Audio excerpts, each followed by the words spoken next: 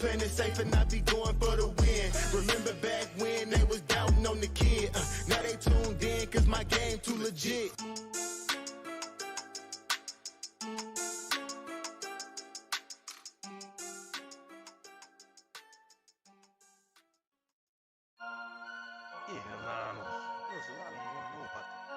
Fantasy headliners. Nation. Headliner nation. Fantasy headliners for the nation. I'm a headliner.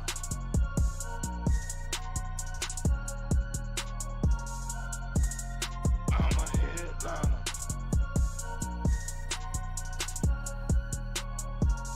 Yeah. Analytics off the chain.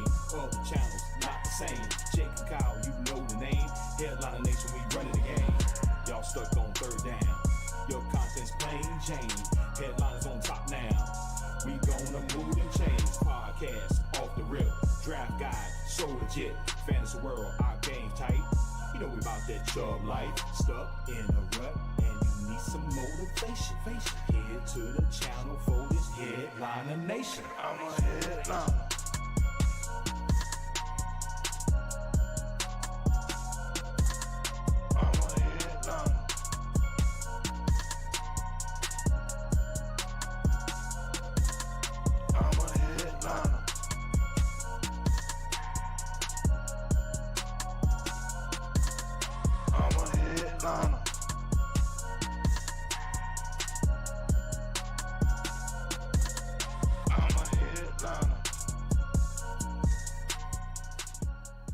Yo, what up, nation? Welcome to Monday morning.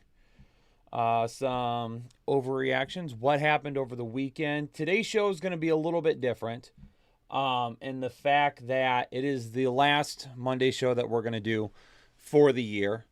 We have... My hat crooked? What's going on? Next Monday is...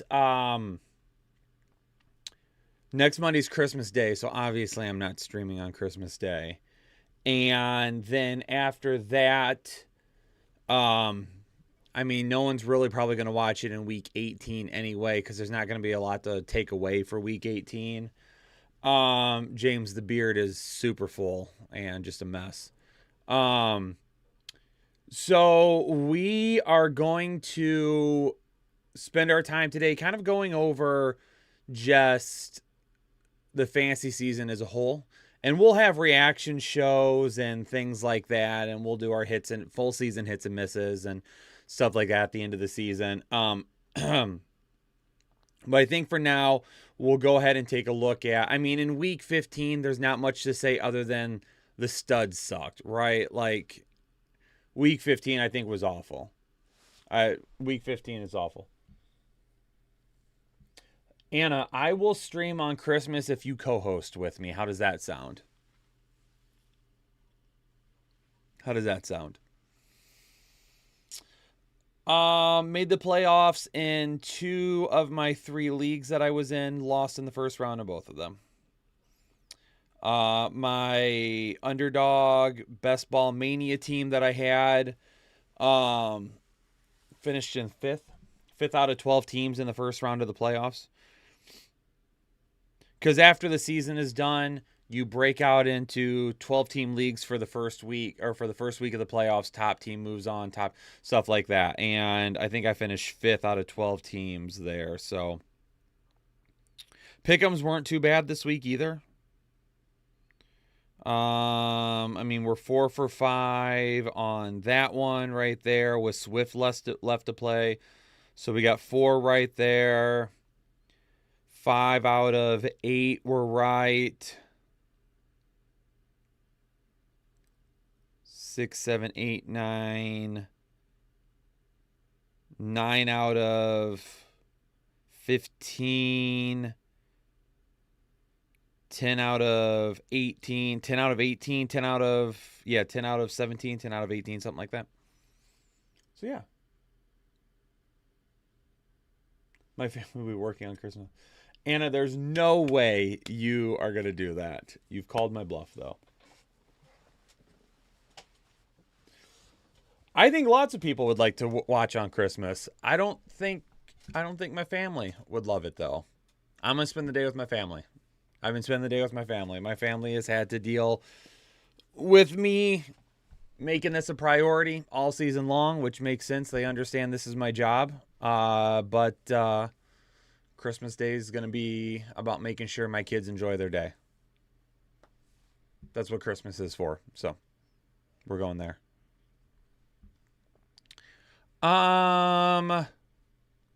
Let's take a look at just like overall finishers for the season, like where people are at.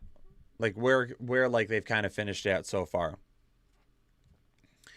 For as many ups and downs as he's had this season, as far as people has been frustrated with the Buffalo Bills, Josh Allen is the quarterback 1.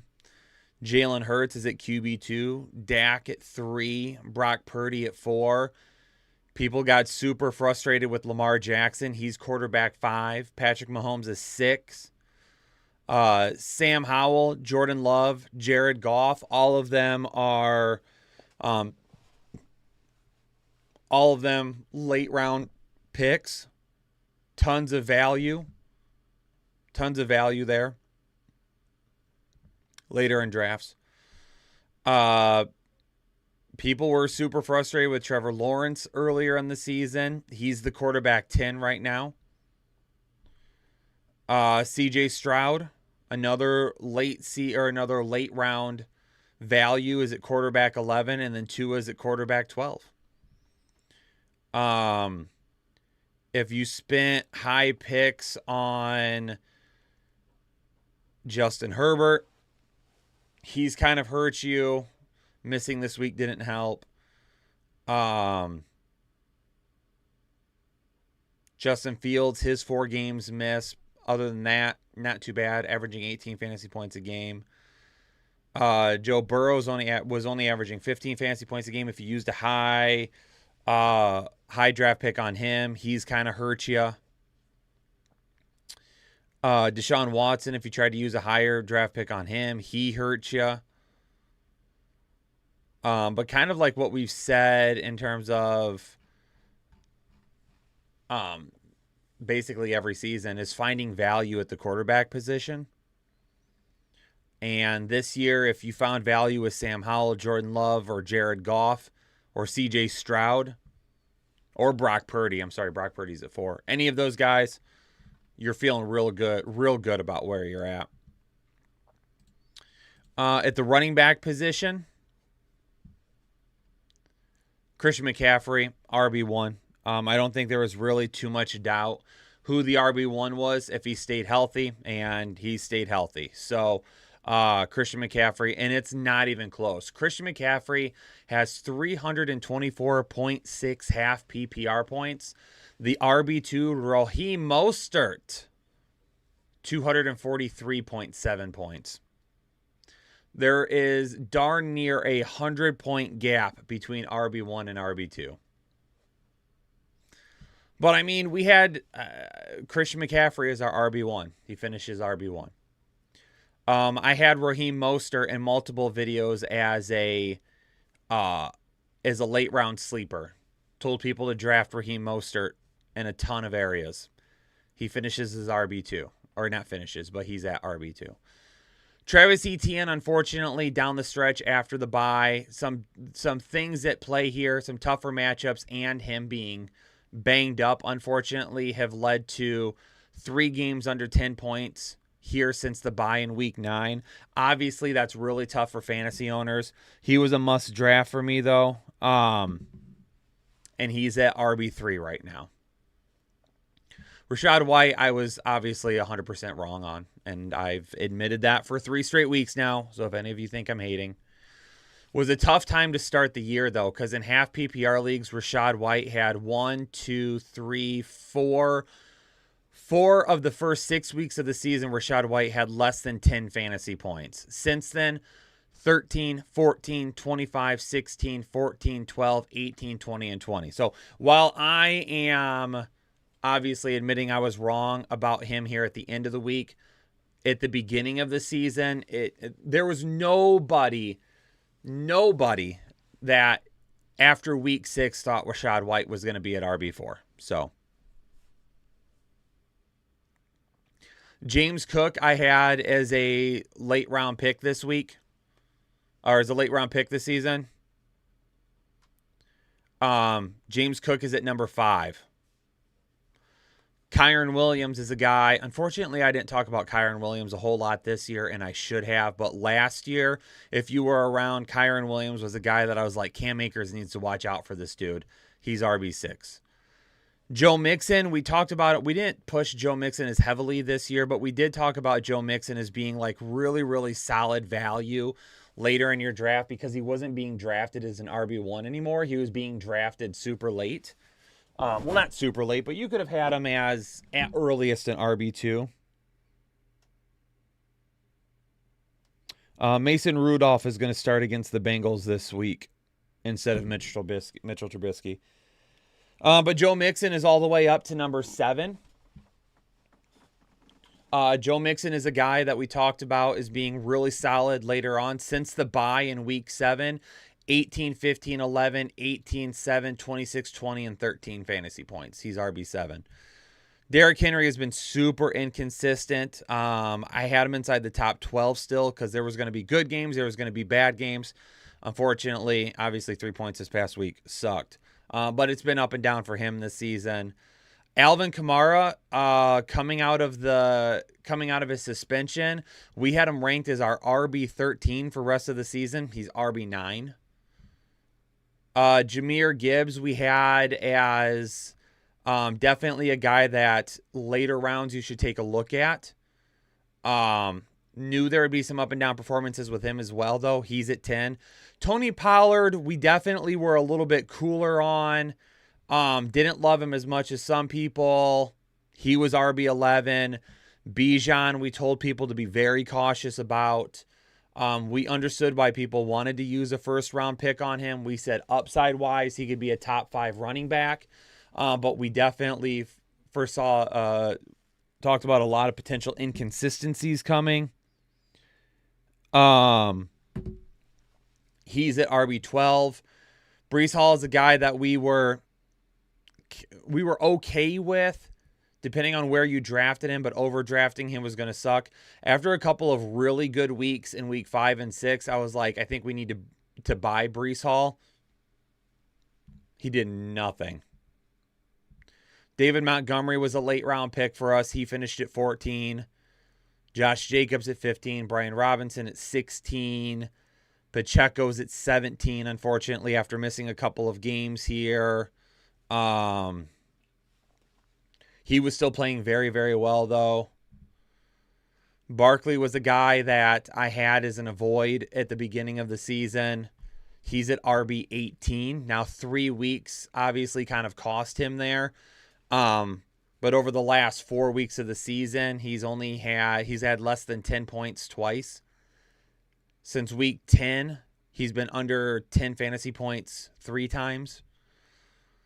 Jerome Ford kind of peaked, obviously, at the beginning of the season.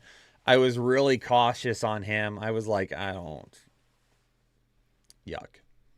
A lot of people really wanted to jump on Jerome Ford. And I was not on board with that. He's still sitting at RB21 right now. He's giving you okay value, but nothing crazy. Austin Eckler, thought he would finish much higher. He's at RB24. Kenneth Walker, unfortunately, that injury kind of killed him. He's at 25 right now. Talked about Jaylen Warren kind of as a late round pick. He was doing some good things. He's kind of gone down since the firing of Matt Canada. Ramondre was a must-have for me. He looked like he was getting ready to ball out here at the end of the season. That didn't work out. That's a little bit of a miss there at 28.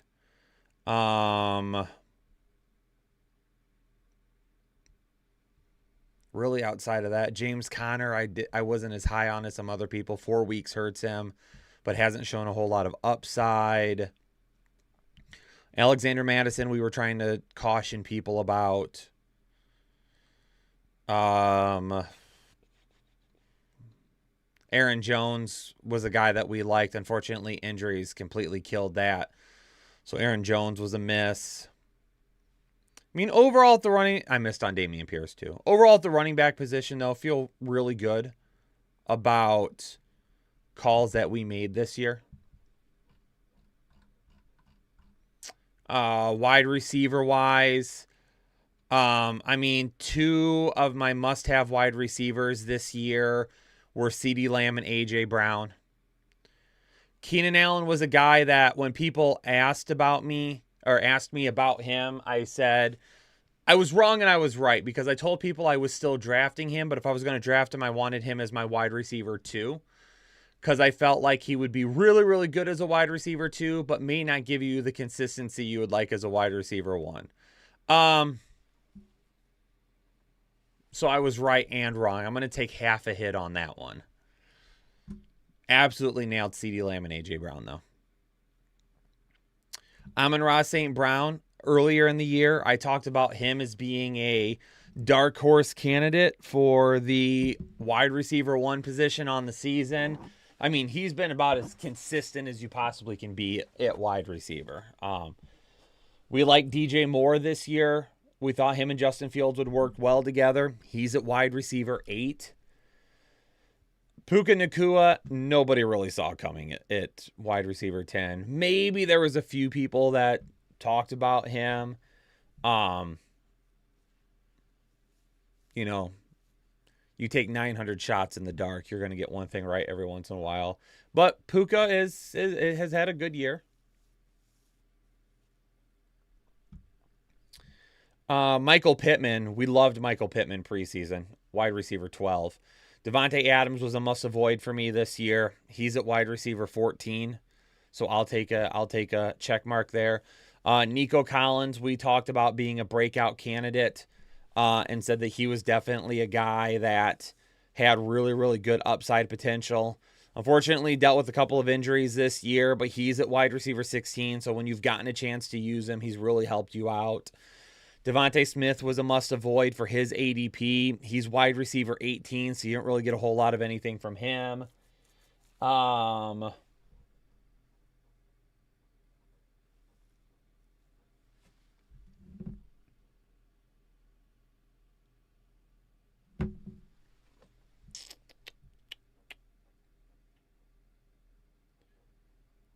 We were iffy on the wide receivers for Seattle this year. DK Metcalf is their highest ranked one at wide receiver 22.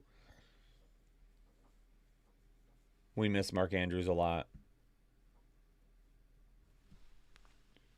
Chris Olave we thought would have a bigger year. He's at wide receiver 23. Unfortunately, he's had some up and downs with Derek Carr there.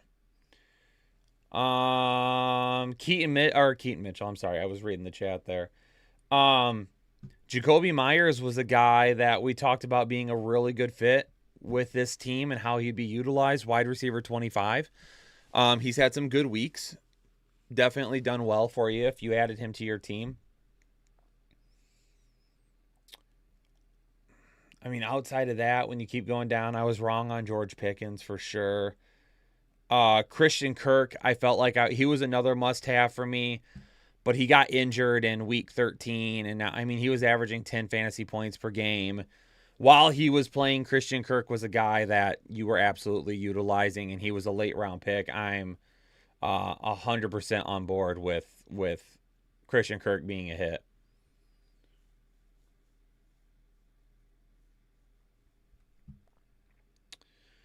Cooper Kupp, oh man, we were wanting to avoid Cooper Kupp for the most part.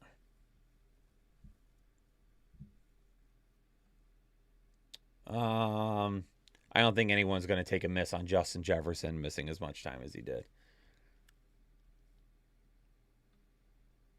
Really, outside of that, I mean, those are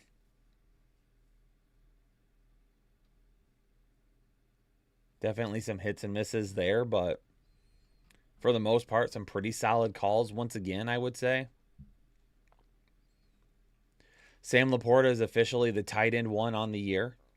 I will say that I'll take Sam Laporta as a miss. I liked him.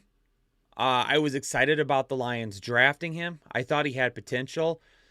But wide receivers, tight ends, rookie tight ends, don't ever do anything.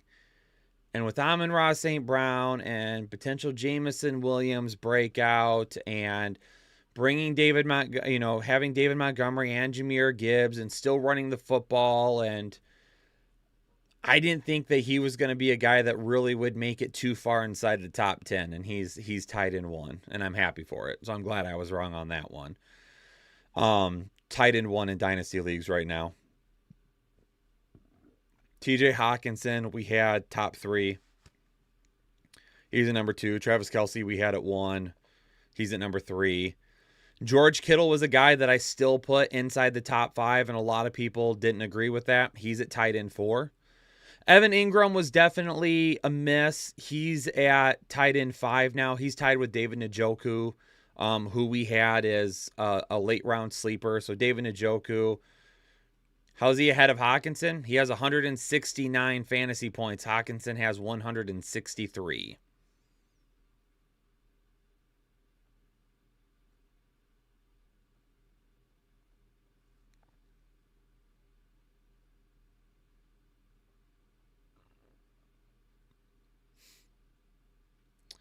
So George Kittle I still had up there.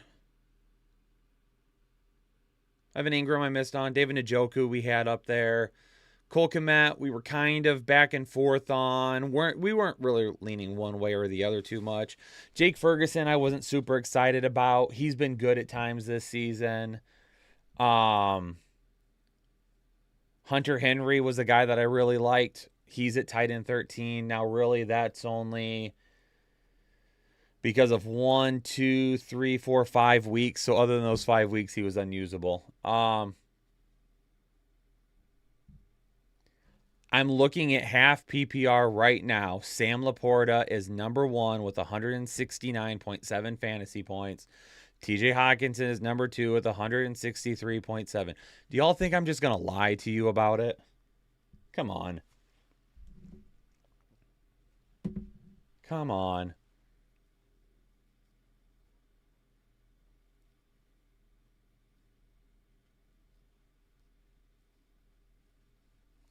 I did start talking about McBride even before Zach Ertz got hurt. So I would say that I feel like Trey McBride is an in-season win.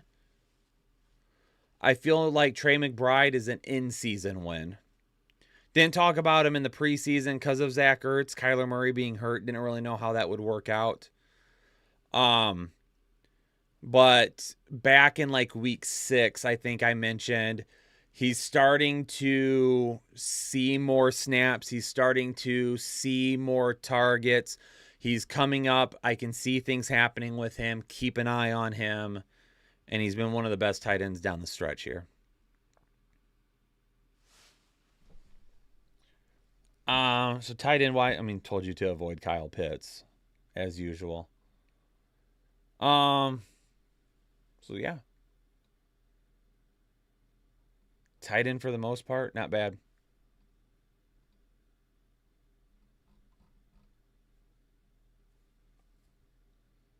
But I just went over quarterbacks, running backs, wide receivers, and tight ends. Kind of how they've looked for the season.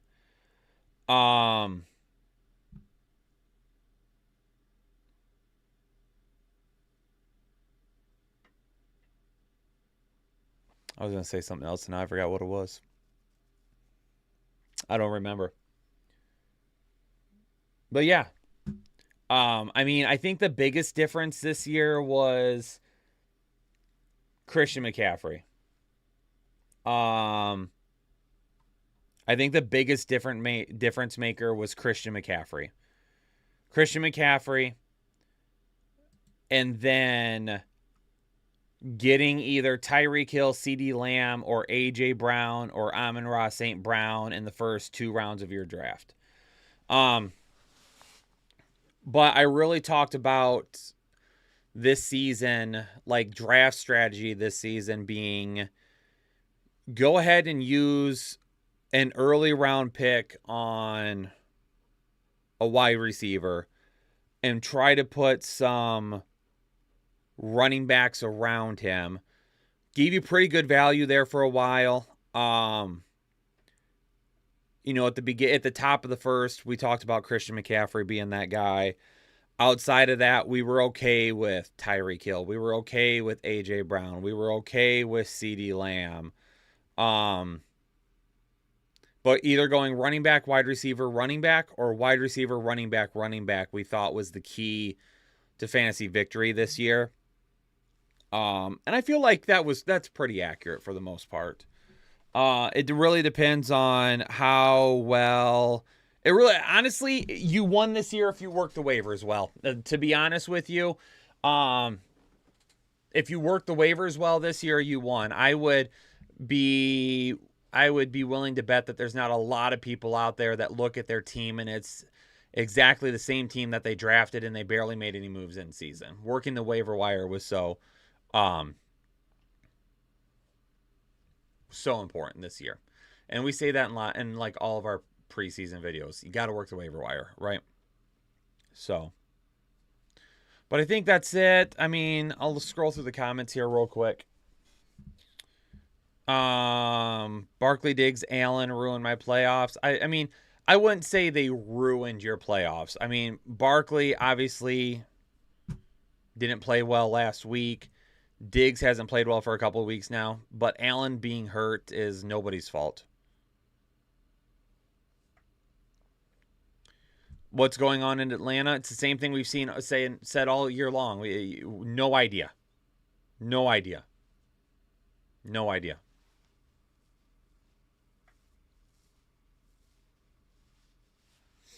Anybody's guess is as good as mine when it comes to what they're thinking weekly.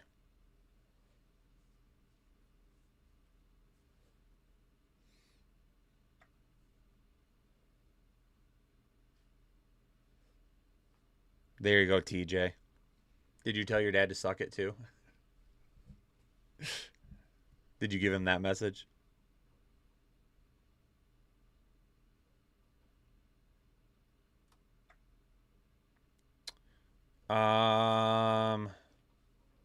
Monster will have a monster game against Dallas. I mean, listen, if Dallas's run defense played the way they did this weekend, they could.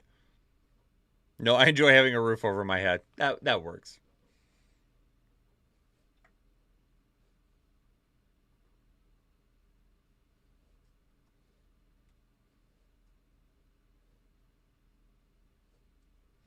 Ricky, that's really accurate there. I mean, Henry, Jacobs, and Pollard all started slow, but Henry, Jacobs, and Pollard have really been up and down. They've been super inconsistent. Walker and Etienne started off hot, but Walker and Etienne were injury related. Etienne got banged up. He hasn't been 100% over the last few weeks. You can definitely see that there. So that's caused some issues. Also, I don't think they haven't been able to play in a lot of positive game script either. So that's caused some issues too for them. Walker, couple of injuries, unfortunately, kind of derailed his season. But, you know, those things happen, and those injuries can happen to anybody. Tight end position. Tight end position's not been great this year, for sure. I definitely see some better days on the horizon, though. But I think it goes to show you that we really got to stop using early round picks on tight ends.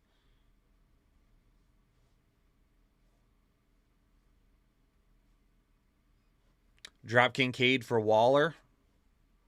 I mean, if you want to, you can. Yeah, really, any team that has Christian McCaffrey is probably making a deep run into the playoffs. Tyreek Hill as well, but Tyreek Hill, if you had a first round bye, you're probably okay. I'm down 30, have DK, and he has his kicker. I mean, you're asking for a massive DK night for that to happen. Our CMC guy is in last place. Man, he needs this channel more than anybody then. Holy crap. I don't know how bad of a fantasy player you are to have CMC on your team and be in last place. Like, dude's obviously not setting his lineup. Will OBJ bounce back? I don't know. As far as week 16 questions go, I'm not really going to dive into anything week 16 at this point. Waiver wire video will be out here in a little bit. I'm not answering anything week 16 yet because we haven't even dove into that research. We'll start working on that right now. Charlie, just an overall recap because, I mean, really, what is there to say that happened last week that's going to help us in week 16 at this point, right? The biggest issue is that tons of studs sucked last week. Tons of them. So if you want me to go over how bad they were, they can, but I don't know how much it's really going to affect you.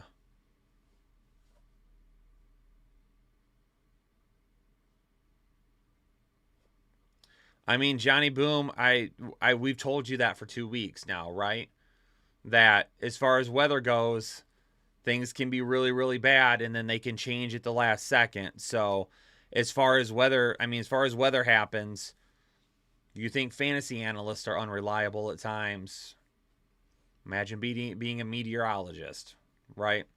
And as far as that goes, like, I'm just reading weather reports to you and then trying to make a decision on how bad those could be. Yeah, Tennessee's officially out of the playoffs.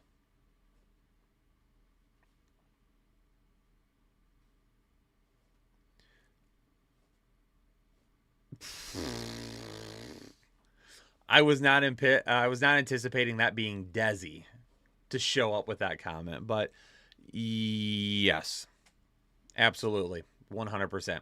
Tight end 1, if you ask me. The elements in the IRS. Aaron Jones, like the rest of this season or like into next year? Like rest of this season, obviously, it's been up and down. Injuries have been the biggest part.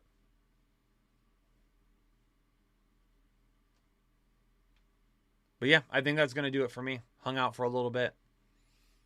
Talked about some different things. Went through hits and misses. Talked about where players currently stand. Week 2 of the playoffs. We'll have the waiver wire show coming out here in a little bit. So waiver wire show will be coming out here in a little bit. And there's also a chance that you're going to see some shows combined this week with Christmas coming up at the end of the week. Weather is starting to, or not weather, sorry.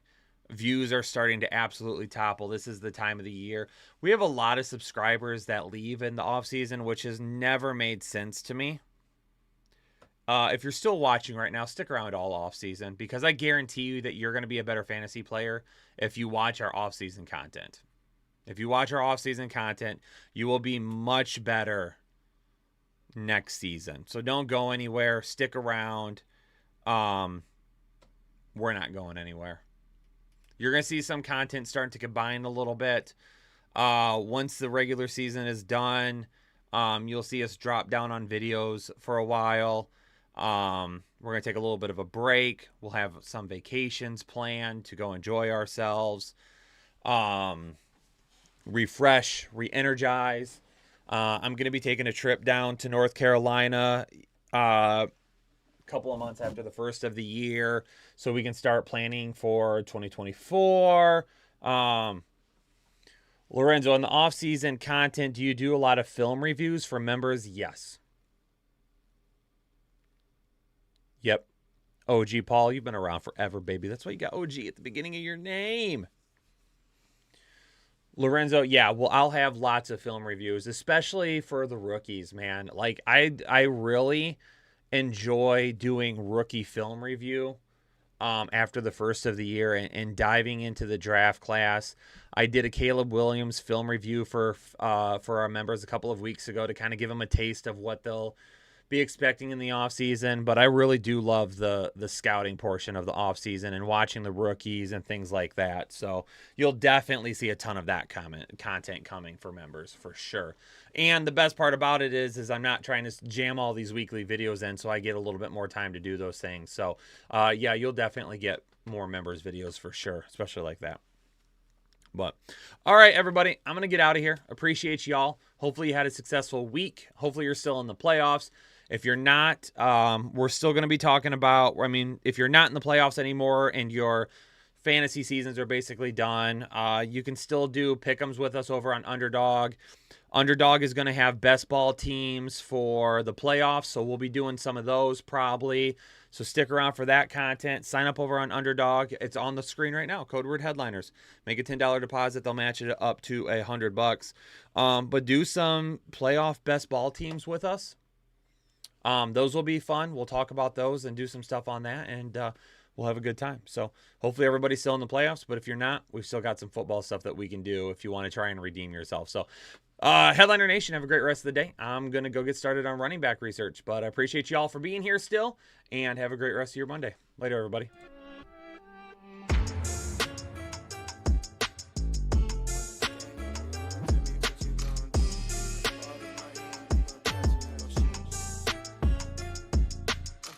When the game on the line, you can't fold and you can't bend.